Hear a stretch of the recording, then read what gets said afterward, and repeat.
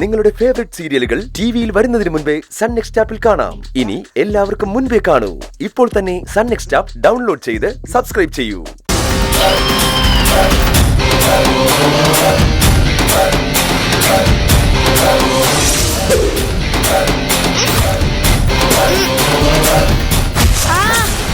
ടീച്ചറെ, അയ്യോ ടീച്ചറെ, എന്താ അവിടെ ഒരു ബഹളം?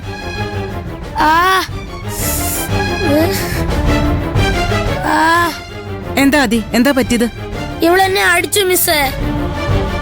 എന്തിനാ പ്രതീക്ഷ നീ ആദ്യമായിട്ട് വീണ്ടും വീണ്ടും പ്രശ്നം ഉണ്ടാക്കുന്നത്?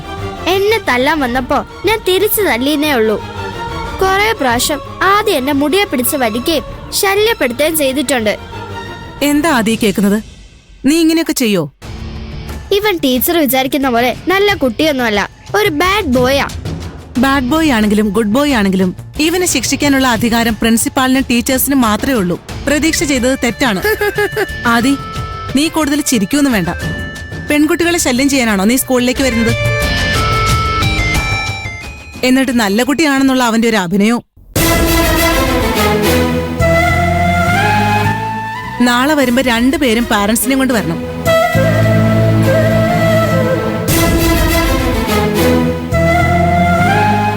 അവരോട് സംസാരിച്ചിട്ട് നിങ്ങളെ ക്ലാസ്സിൽ കയറ്റണോ വേണ്ടയോ എന്ന് തീരുമാനിക്കാം. ശരി ടീച്ചർ. പ്രതീക്ഷ കേട്ടല്ലോ. നീ തീർന്നു മോളെ. ഇത്രയും കാലം നീ എന്നെ മാത്രം പേടിച്ചാ മതിയായിരുന്നു. ഇനി നീ എന്റെ പപ്പേനും കൂടെ പേടിക്കേണ്ടി വരും. നീ എന്നെ തല്ലിയെന്നറിഞ്ഞാ പപ്പ നിന്നെ ഇവിടെ ഈ സ്കൂൾ ഗ്രൗണ്ട് മുഴുവൻ നിന്നെ ഓടിച്ചിട്ടടിക്കും. നിനക്ക് പിന്നെ അച്ഛനില്ലല്ലോ, ആകെ ഉള്ളതൊരമ്മയാ.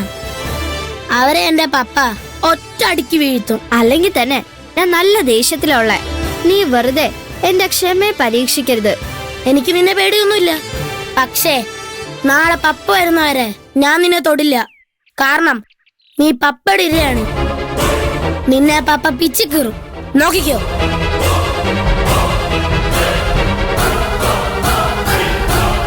നാളെ എന്ത് ചെയ്യും? അമ്മയോട് കാര്യം പറഞ്ഞ ആകെ പ്രശ്നമാവും. ഷോ,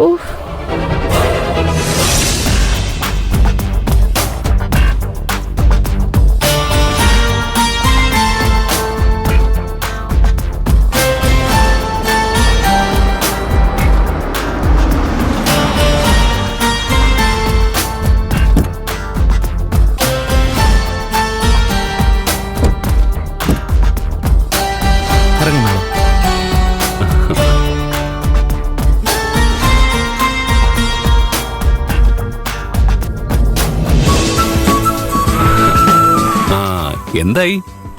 ആ ചെക്കൻ എന്തെങ്കിലും പ്രശ്നം ഉണ്ടാക്കാൻ വന്നോ? വരെയും ചെയ്തു. ഞാൻ നല്ല കണക്കിന് അവനിട്ട് കൊടുക്കുകയും ചെയ്തു. നിങ്ങൾ സംസാരിച്ചിരിക്കും, ഞാൻ അപ്പുറത്തുണ്ടാവും.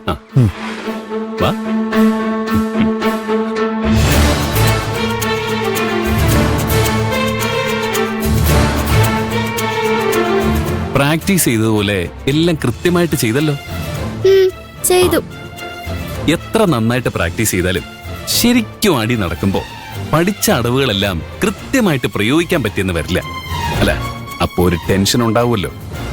മോക്ക് അതൊന്നും ഇല്ലാതെ അവനിട്ട് നല്ല കൊട്ടുകൊടുക്കാൻ പറ്റിയില്ലേ? അത് മതി. നമുക്ക് ഇതൊന്ന് ആഘോഷിക്കണം. എന്തോറ്റി മോളെ, ഇപ്പോഴും എന്തോ ടെൻഷൻ ഉള്ളതുപോലെ തോന്നുന്നുണ്ടല്ലോ. ആദിക്ക് കൊടുക്കാനുള്ളത് കൊടുത്തതിന്റെ സന്തോഷം ഉണ്ടെങ്കിലും അതിന്റെ കൂടെ നല്ല 8ന്റെ പണിയും കിട്ടി. എന്ത് പണി? അവനെ ഞാൻ തല്ലുന്നത് ഹേമ ടീച്ചർ കണ്ടു. നാളെ പാരന്റ്സിനെ കൂട്ടിക്കൊണ്ട് വരാതെ ക്ലാസ്സിൽ കയറണ്ടെന്ന് ടീച്ചർ പറഞ്ഞു. ഈ ടീച്ചർമാരെ കൊണ്ട് വലിയ ശല്യമായല്ലോ. സ്വയം പ്രശ്നങ്ങളൊന്നും സോൾവ് ചെയ്യത്തുമില്ല. നമ്മളായിട്ട് പരിഹരിക്കുകയാണെങ്കിൽ ശിക്ഷിക്കാനും വരും. ആദി അവന്റെ അച്ഛനെ കൂട്ടിക്കൊണ്ടുവരുന്നാ പറഞ്ഞേ. അയാളെന്നെ ഗ്രൗണ്ട് മുഴുവൻ അടിച്ചോടിക്കൂന്നാവും പറയുന്നേ. എനിക്കാണെങ്കി ചോദിക്കാനും പറയാനും അച്ഛനില്ലല്ലോ. നിന്നെ ഞാൻ എന്ത് പറഞ്ഞ് ആശ്വസിപ്പിക്കാനാ മോളെ? നീ ഏറ്റവും കൂടുതൽ വെറുക്കുന്ന നിന്റെ അച്ഛൻ ഞാനാണെന്ന് പറയാനുള്ള ധൈര്യം പോലും എനിക്കില്ല. ഈ ലോകത്ത് ഒരച്ഛനും ഇങ്ങനെ സംഭവിക്കരുത്. അച്ഛനോട് എന്റെ മോളെ ക്ഷമിക്ക്. ജിക്ക് എന്റെ കാര്യം ഓർത്ത് വിഷമിക്കണ്ട.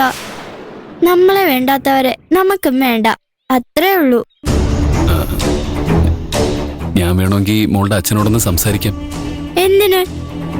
ഞാൻ അങ്ങേരുടെ മുമ്പിൽ സഹായം ചോദിച്ച് ഒരിക്കലും ചെല്ലില്ല. ജിക്ക് അങ്ങനെ ചെയ്താ ഞാൻ ആ സ്കൂളിൽ നിന്ന് TC വാങ്ങിപ്പോവും. എനിക്ക് ആ മനുഷ്യന്റെ ഒരു സഹായം വേണ്ട. ഇത്രയും കാലം ഞാൻ അച്ഛനില്ലാതെയല്ലേ ജീവിച്ചേ, ഇനിയും അങ്ങനെ തന്നെ ജീവിച്ചോളാം. എന്റെ അച്ഛനോട് ഇതിനെ കുറിച്ച് ഒന്നും പറയില്ലെന്ന് പ്രോമിസ് ചെയ്യ്.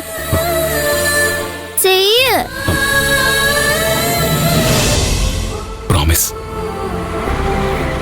ആദ്യം അച്ഛനെ കൊണ്ടുവരുന്നതിന് പകരം എനിക്ക് അമ്മയെ കൊണ്ടുവരാം. അയാൾ ആരാണെങ്കിലും അമ്മ നോക്കിക്കോളും. പക്ഷേ ഞാൻ ആ സ്കൂളിൽ പ്രശ്നങ്ങളൊന്നും ഉണ്ടാക്കില്ലെന്ന് അമ്മയ്ക്ക് വാക്ക് കൊടുത്തതാ. ഈ വിഷയം അറിഞ്ഞ അമ്മയ്ക്ക് ഒരുപാട് വിഷമമാവും. അമ്മ അറിയിക്കാതെ ഇതെങ്ങനെയെങ്കിലും സോൾവ് ചെയ്യണം. ജികെ, എന്താ മോളെ? ജികെക്ക് എന്നെ ഒന്ന് സഹായിക്കാൻ പറ്റുമോ? മോക്ക് എന്ത് സഹായമോ വേണ്ടത്? ജിക്കയോട് പറ. കുറച്ച് ബുദ്ധിമുട്ടുള്ള കാര്യോ, നല്ല റിസ്കും ഉണ്ട്. ജികെക്ക് ചെയ്യാൻ എന്തെങ്കിലും ബുദ്ധിമുട്ടുണ്ടെങ്കിൽ തുറന്നു പറഞ്ഞോ. മോള് കാര്യം എന്താണെന്ന് പറ. ജികെക്ക് നാളെ എന്റെ അച്ഛനായി സ്കൂളിലേക്കൊന്ന് വരാവോ?